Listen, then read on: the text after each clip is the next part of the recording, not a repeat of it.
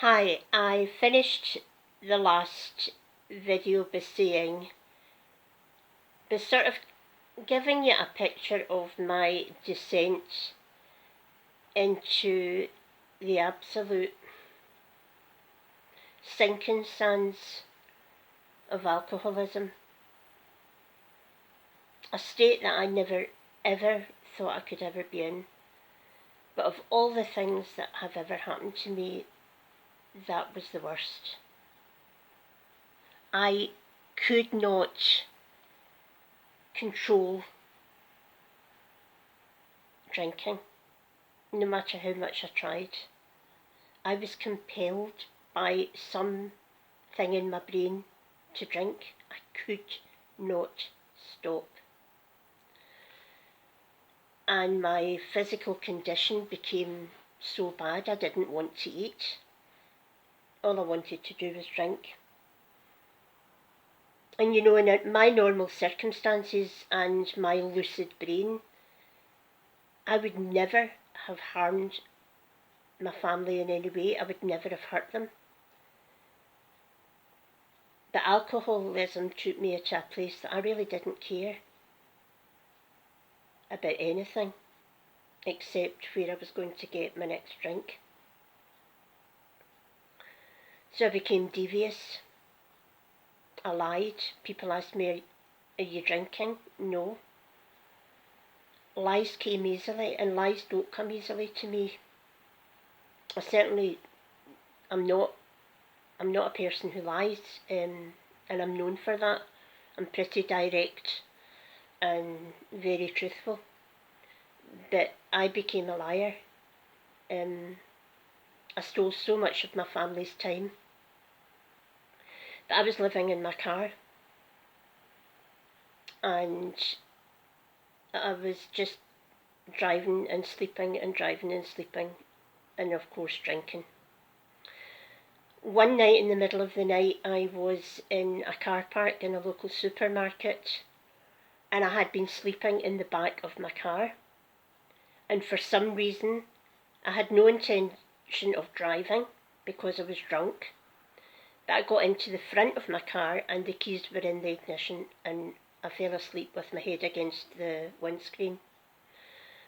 And in the middle of the night, two police women knocked the window and asked me to step outside. They breathalyzed me, and of course I was over the limit. And they said they would take me home, but they would have to charge me, but they would take me home. And I said no, take me to the police cell, because I knew I couldn't stop drinking. I knew if I went home, this was a new low. I had never, none of our family had ever been involved with the police, and this was a new low for me. And I'm telling you all this, not because I'm brave, because there may be some people out there not questioning why their family member is drinking, or questioning themselves as to what's happened to them. Please don't lose hope. You can recover from this. It may seem as if you will never recover, but you can. And when you do recover, it will be the best life you ever have. You will just appreciate every single moment of your life. But back to the cell. So I was put in a cell overnight. I sat in the middle of the cell cross-legged, and I thought, how did I get here? What happened to the Sunday school teacher? What happened to the teacher? What happened to the mum, the wife, the sister? The person who valued morals? And I'm now sitting gaunt, stinking, absolutely at the pit of the earth, in the middle of a police cell, knowing that only alcohol had caused this. Alcohol was the reason I was sitting here. And I had time to think, and they wouldn't let me out until the next day at 12 o'clock, so I started to withdraw from alcohol, and I was shaking and sweating, and I was desperate to get back out. Now, you would think that would be a wake-up call, but no, the alcoholic doesn't think the way normal people think. I got out that day, went to the supermarket, bought a screw-top bottle of wine, and consumed the whole lot.